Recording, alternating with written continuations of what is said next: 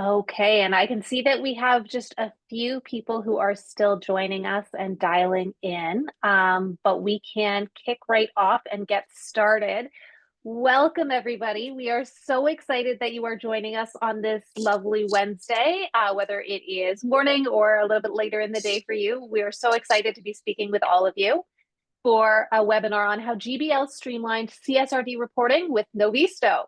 So welcome. We're so excited to be talking to each and every one of you today.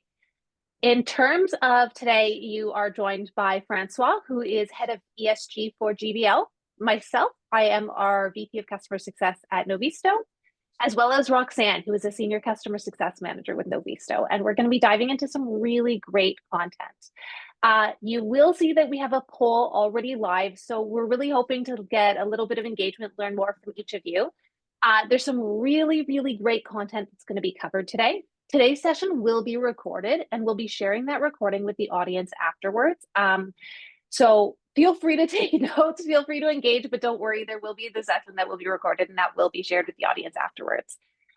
You're also able to submit questions via the Q&A. So there will be time at the end where we tackle all of those questions, but feel free to add them as they come up throughout, and we'll take some time towards the end to answer all of your questions for you. There's some really great content. François has a really wonderful story to share. It's very inspiring. I was excited to learn more about it. And so I'm really excited to share the story with each and every one of you today.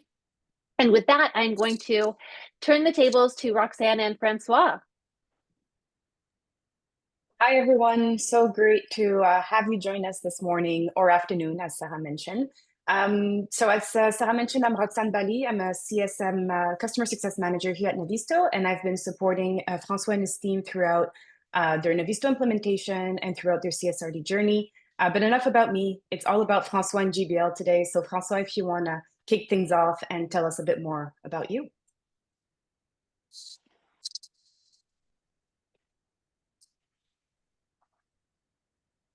Good morning, everyone. Good afternoon. Yes, okay. Maybe you can move to the next slide. I'm François. I'm heading ESG at GBL. I've been in that position for now 5 years, and I've been involved on ESG matters for almost 30 years. I did my PhD in finance and sustainability reporting in the 90s. It was still a land of discovery at that time. And later on, I spent 25 years managing investment product, focusing on ESG in Europe and 10 years in Asia before joining GBL. So if we move quickly to the presentation of GBL, next slide. That's it. GBL, we are an investment holding company. So our role is to manage the wealth of our two founding families, one being Canadian, one being Belgium. We have a portfolio of roughly 15 billion euro of assets, and we've got a very strong liquidity profile. So today, we have 12 names in our portfolio, and you will recognize most of them in a moment. This 12 names portfolio is a result of significant asset rotation that we implemented over the last 10 plus years, exiting a number of really polluting sectors like energy, like utilities, to focus more today on healthcare, consumer, and tech. So if we move to the next slide, you will see the nature of our portfolio today. 60% of our portfolio is listed, 40% is private, and it's basically split half in direct private assets and half in an alternative investment platform, being GBL Capital. When we invest, we usually are the largest, if not the second largest shareholder. It's really something that is critical in our ability to implement the strategy we think is the best for the asset we are considering. So we'll be the largest shareholder at SGS. We used to be at Adidas until recently. We are the largest at Imerys, Umicore, Concentrix. The private names, Affilia, Sanoptis are two leading healthcare platform in Europe, and again, GBL Capital. So if we move to the next slide, the way we approach ESG for an investment holding company is relatively straightforward. We are a team of 60 people at GBL, our main activities and office activities. So we've got, in fact, a very limited direct impact. The bulk of the impact is for us coming across the investment position we hold and our portfolio. So we are doing a lot of things in terms of ESG integration, being the pre-investment phase or in the post-investment phase, and after that, risk mitigation and trying to push our assets to really look at different ESG opportunities. For all these different realizations, we are widely recognized. And one last thing that I would like to also mention for you to understand the nature of our business and really the type of interaction we can have with our portfolio company. Across the 12 names we own, over the last 4 years, we appointed 5 chief sustainability officers. So it's really the type of impact we can have on the asset we own. We will be always joining the board of directors. We will be in audit, nomination, remuneration committees. This is really what is helping us to implement the strategy we think is the best to extract value across the different assets. So today, question was CSRD implementation. And I have to say that we made amazing progress when I'm stepping back for a moment and thinking about, I was one of the persons who drafted the very first version of the Global Reporting Initiative guidelines 25 years ago. At that time, that was really the early days of sustainability reporting. With CSRD, we finally have a standard that is relatively detailed, I have to say, relatively comprehensive. It takes some time for the standard to really be comprehensive, but it is also a major step forward in terms of different areas being covered. And finally, the last distinctive aspect of CSRD is the fact that it requires your financial auditors or a third party to issue a limited assurance on whatever you will be publishing. So CSRD report is just a result of a relatively long process that is described on the next page. And when you implement CSRD, when you want to publish a CSRD report, you mainly go through, in fact, a relatively simple and comprehensive process. You start with double materiality. The result of the double materiality will strictly determine what do you have to report on. So the selection of the relevant European Union sustainability reporting standards, leading to a gap analysis, what you used to report on and what you will have to report on a mandatory basis going forward. This is leading to definition of KPI at your level and the production of the documentation supporting the reporting process. Your auditors doing a limited assurance review of this KPI text and documentation. And finally, you disclose. It was supposed to be disclosed under a readable format. It's taking a little bit more time on that aspect. But my key point is, if you want to produce CSRD, you will have to go through different steps. There is no way to avoid one step and to try to basically fasten the process and the production. What I would like to do today is, in fact, to share a number of best practices with you. What we realized last year were extremely interesting approach in terms of producing double materiality or other aspect of the process. So what you will see in the coming slide is either things that we developed at GBL or things that we supervised as part of audit committee or board of directors in the different assets we own. This is an example of a double materiality process that was implemented in one of our portfolio participation. And for me, it is typically type of best practice. In terms of preparation, question of role, responsibilities, and basic understanding of double materiality, leading to identification of a number of sustainability matters, leading to the identification of which stakeholders are basically potentially best interesting to discuss with and to approach to produce the stakeholder review. You will go through the definition of your financial materiality. You will go through the definition of your impact materiality, and you will have a materiality output leading to the next steps. This project, only on double materiality, usually takes 9 months. So it's something that even if you want to rush, you will still need a couple of months to produce a proper double materiality analysis and an outcome. There are ways to also produce double materiality analysis in, I would say, in a little bit more efficient and less time-consuming ways. That's something we did with another of our portfolio companies, Canyon. Canyon is a bike producer. It's a private asset. The previous case was a listed name. So they are listed, they were already exposed to a number of sustainability reporting regulation, and they were in a way already extremely advanced in terms of preparedness.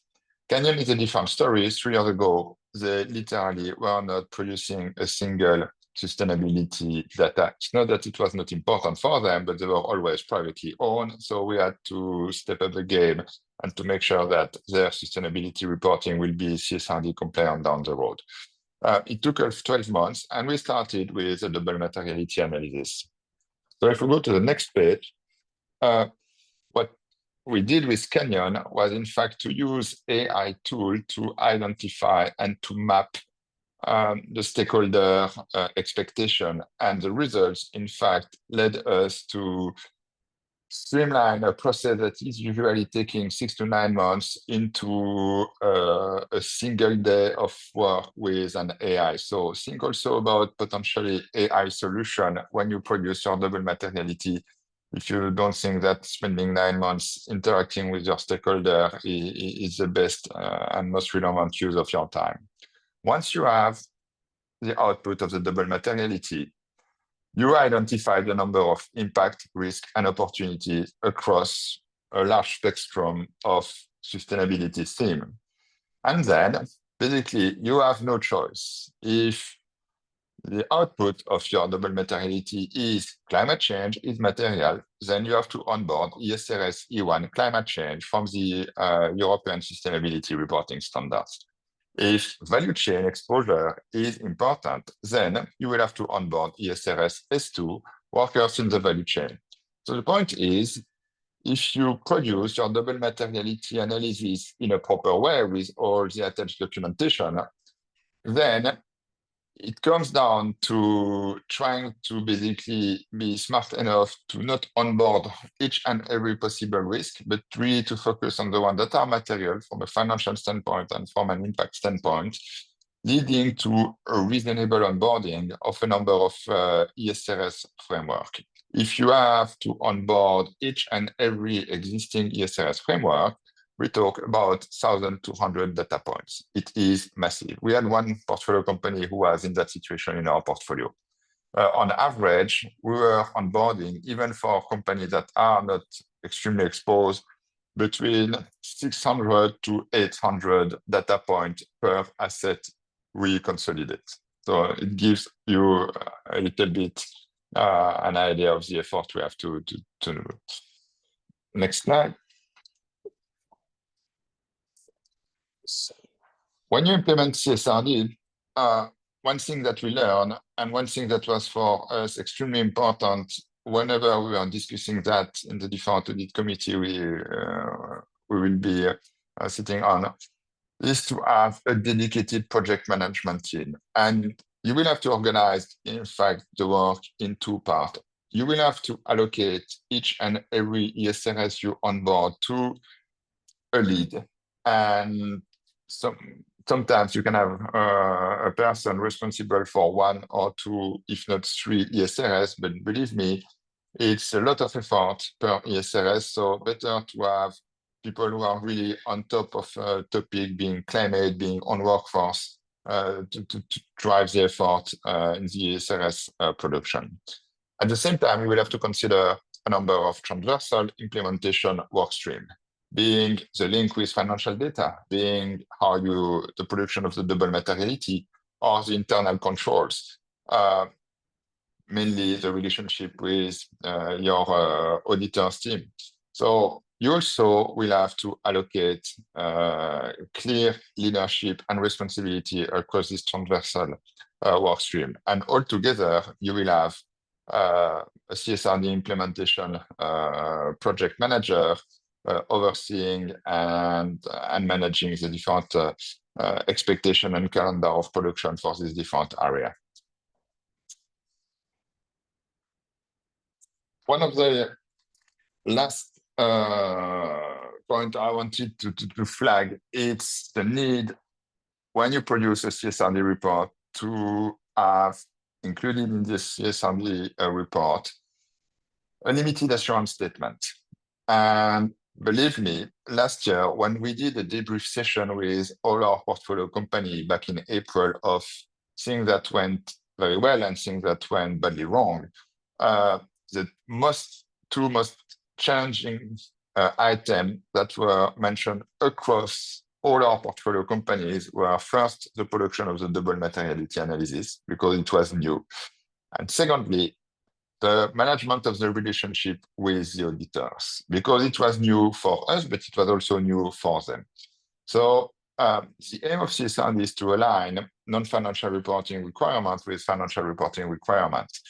And you don't recreate another reporting governance process when you implement CSRD. At the end of the day, it is your audit committee who is responsible for the supervision and the governance of the sustainability reporting under CSRD. So make sure that your audit committee are equipped with the relevant non-financial reporting skills, but also make sure that they are involved at each and every step of the process. And finally, for that, the best way to ensure that limited assurance requirements are delivered, there is one item under limited assurance requirement, you need to have controls, internal control in place. And for that, having an IT reporting tool is critical to deliver that type of internal control. It's not just a question of producing a couple of KPI in an Excel spreadsheet, it's really to have the entire infrastructure backing basically the responsibility of the member of your audit committee, because they will be the one saying to your board, yes, you can sign the report and you can approve the release of the report. So we go to next page, we've got an illustration of the timeline in terms of double materiality production and the different interaction with the board and with the audit committee. It's an extract from one of the audit committee discussion we had in our portfolio, in one of our portfolio company. It started with the double materiality, but the outcome, because we talk about financial risks that are materials and impact that are also material, at some point, you need to have a clear alignment in terms of outcome of the double materiality and your overall strategy and the view of the board on that. So the board will be involved in terms of approval of the double materiality outcome. And then the audit committee will also review the type of process and assurance in place, and they will benefit from that, from the limited assurance review that will be performed by the financial auditor. So it's kind of every 2 months, we had a meeting at our level with our audit committee, also to keep them in the loop and to make sure that at the end, they will be comfortable signing off the report.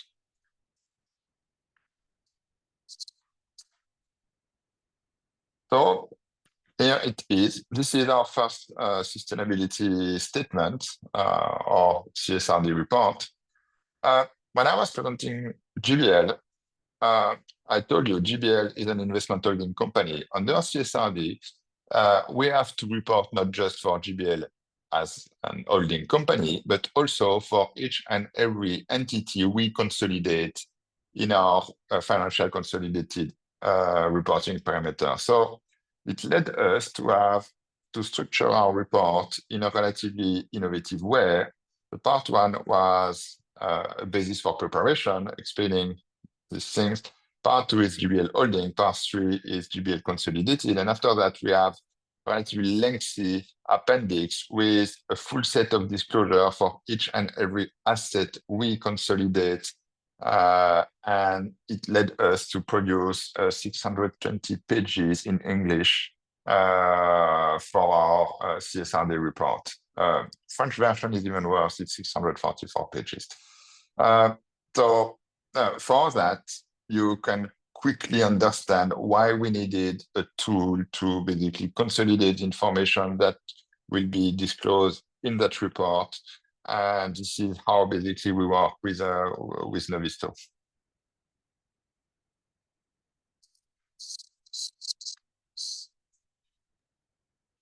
Thank you, François, for sharing all of this. This was really instructive. Really appreciate you speaking about your journey with the CSRD implementation. 644 pages, that's massive. How did it feel to finally wrap up and submit your first CSRD report? It was a good achievement. That was the first one. We were all extremely happy to pull out the report. Believe me, when we released the report, the first reaction from our board was, oh, that's massive. And the second question was, or reaction was, can you please print a copy for us? Because I have to bring that document back to my own board to show them what CSRD is about today in Europe. It was a non-European board member. That's fantastic. And I want to chime in. I think, François, you shared so much detail. I think I speak for every customer who's on the line here today when I say thank you. The level of insight and detail and thought that you put into this process, it's very tangible as we look through all of these details. And I think a lot of this is not really available today, this level of detail in the market. And so I probably speak for every single person on the line when I say I'm incredibly grateful. I think that our audience is as well for just lifting the curtain, so to speak, on your process, because I know this process is it's overwhelming. It's scary for a lot of people. And so getting access to this level of insight, I know everyone is really grateful for.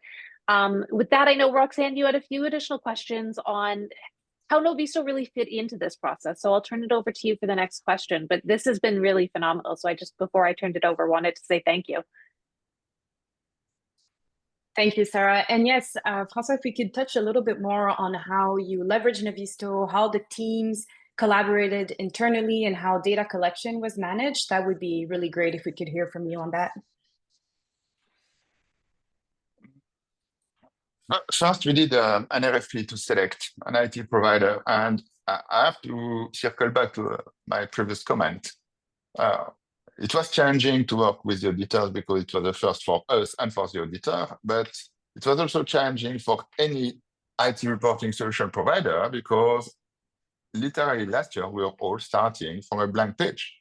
And we knew that once a definitive item or a characteristic of Novisto that we like was the ability to deliver a state-of-the-art service. So that was really for us the key and decisive factor. We knew that any solution on the market will still be, I would say, in a development phase because that was how it was last year. But for that, it can not be an issue if you know that you will have very strong customer support. And not to praise Roxanne on the call, but we really worked well with her last year. After that, I also have to describe you the size of my team at GBL.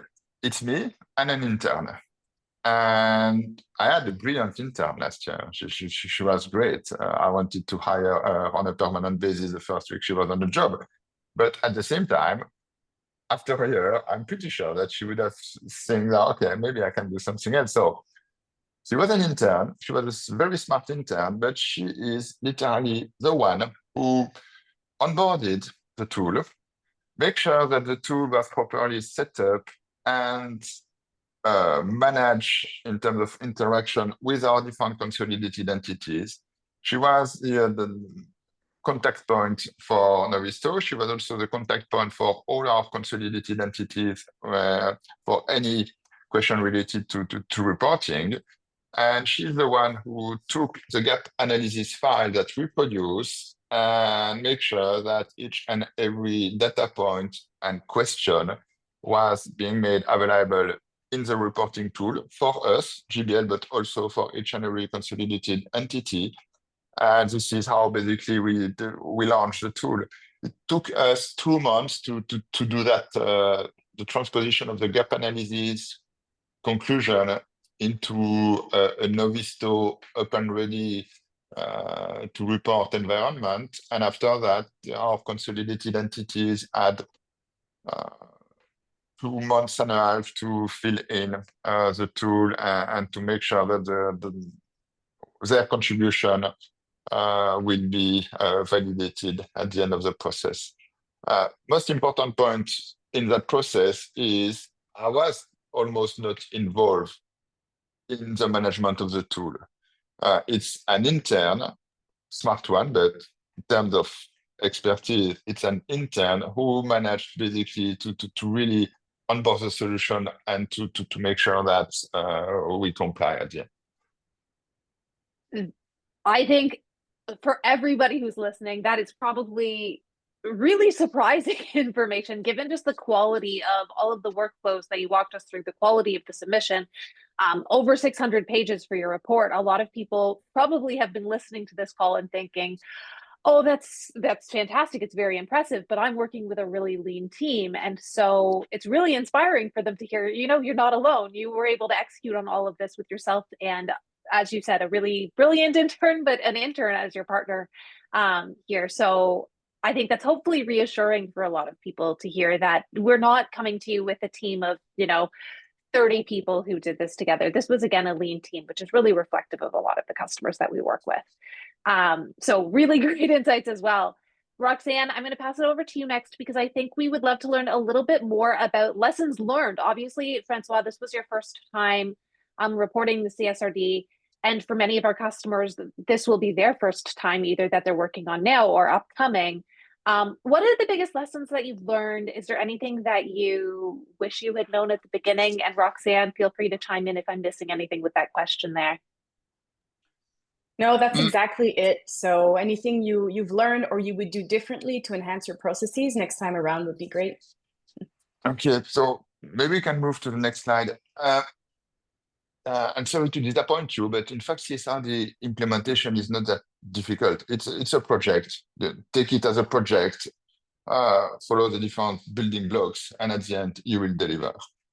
Sometimes it can be a little bit painful, particularly first year, but it's not skyrocket science. It's just sustainability reporting. Make sure that each and every part of the process is clearly identified and you stick to the calendar. So this is typically something that will push you to put pressure on your auditors in terms of their feedback and by when do you have to integrate them.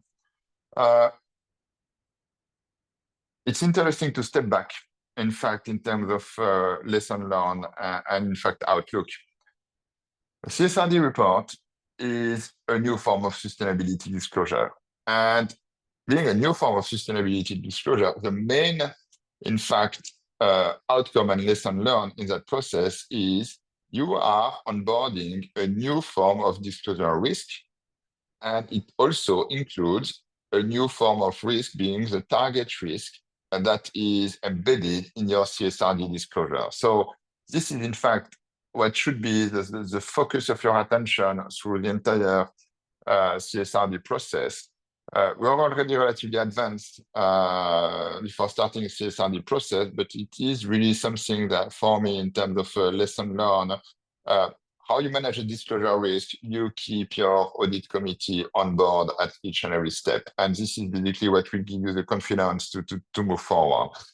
Target risk, it's an ongoing discussion with your board of directors in terms of what type of target do you want to put in front of the different impact, risk, and opportunities you identified during the double materiality analysis.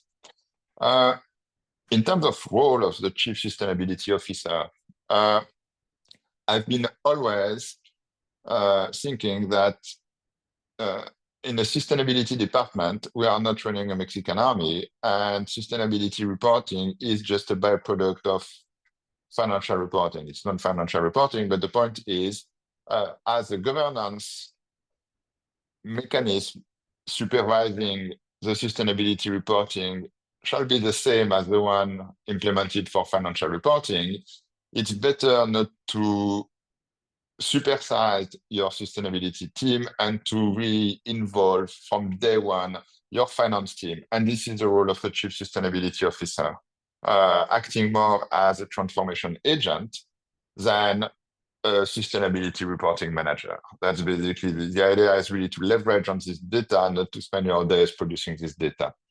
And finally, now, in terms of outlook, you open a sustainability report in Europe, it's relatively comfortable. All the data look more or less the same. It's something that is extremely useful whenever you use AI and big data analysis tool to basically to capture data and to start being able to have a comprehensive benchmarking between different companies.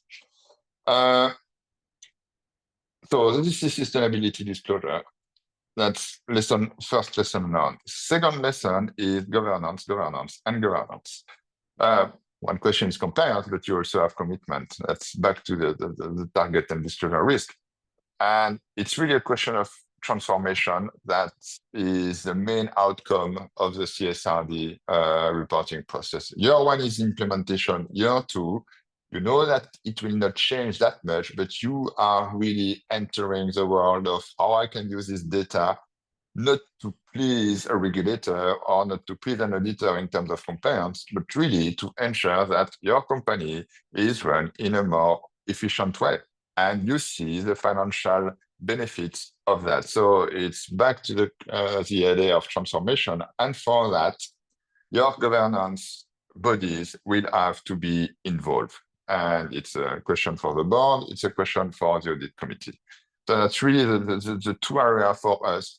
And in terms of things that we would have done differently, I don't think we would have done a lot of things differently. It was really year one, discovery process.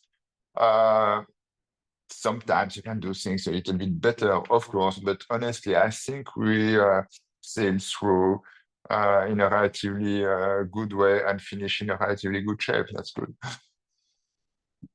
That's phenomenal. And hopefully your point of view, having gone through it, is a little bit calming, a little bit easing for some people in our audience who are probably just a little bit anxious going into CSRD. So I think that's brilliant. To your point, it is a project. And so it's the project management that's really going to help make you successful. And the impact of doing it well is massive, as you just mentioned. So with that in mind, we have about 10 minutes left, and we're going to turn it over to our audience. I see we already have 3 questions in our Q&A. So if you haven't asked your question yet, please throw it in that Q&A box. But I'm going to turn it over to Diksha, who is our senior member of our ESG team, who's going to help with the facilitation of some of those questions. So Diksha, over to you. Thanks, Sarah.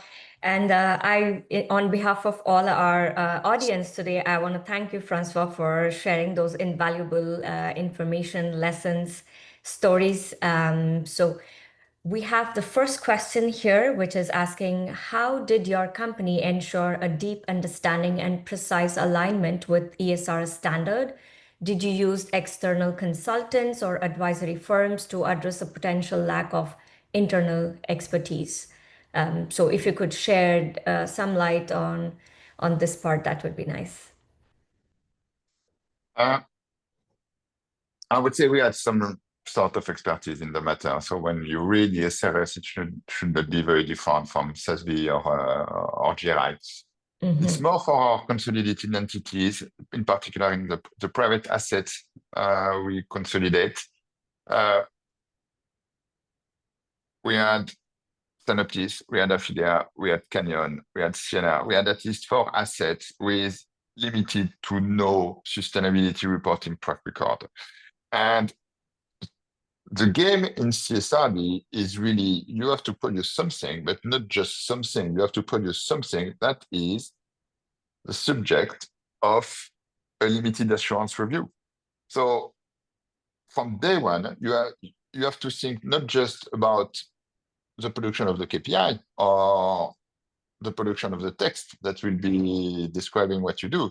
You have also to think about the documentation that will be supporting any claim, any KPI. And if you do that, in fact, you will be in a very good position through the entire process. And this is what will give you confidence.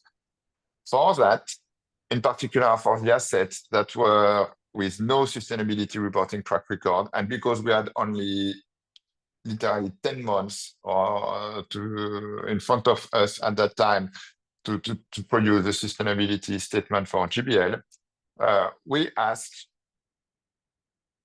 consulting firms to support our private assets. And we had, in fact, EY and we had BDO, not to name them, to support them. Why we selected them? Because their background is audit. So we wanted to have consulting firm with a strong audit background, basically understanding the needs of the audit to make sure that what will be produced in terms of DMA, in terms of documentation, in terms of procedure, etc., will be matching a limited assurance review standard from the beginning. That's really basically the support that we had.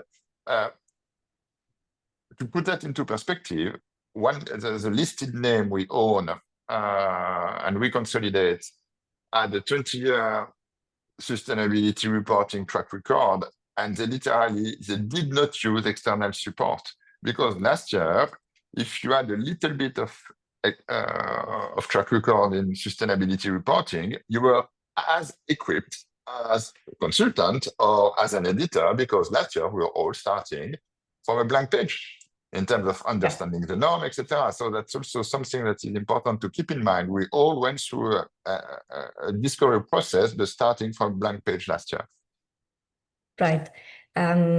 We have the next question coming that's asking about specific challenges that you encountered when preparing your ESG data for auditors. So from your assets perspective, like you mentioned that you had consultants help them, what was the feedback of the auditors themselves in terms of what they saw with your assets, like the ones that had probably less experience with sustainability reporting? What was the feedback that was received? The feedback is usually the same one, or you can strengthen here and there, you can have a little bit more. That's the blah, blah, blah of the auditor. That's the normal one. The most challenging discussion with them was in fact related to a strong gold plating approach they had, because they wanted to protect the quality of their signature for year one. And that was the reality across the entire industry. I had many different discussions with other sustainability, head of sustainability in Europe. We were all facing that gold plating approach. So this is in fact making sure that we were refocusing their work on what was really important for us, for the business model we were focusing on, for the different activities we were covering, and not because that item was mentioned in ESRS, then we had to have that question. That's, And in terms of your assets, like were there opportunities for them to interact with each other? Like how did GBL provide or make the knowledge sharing between the assets? Was there an opportunity for that? Was that advantageous is in general?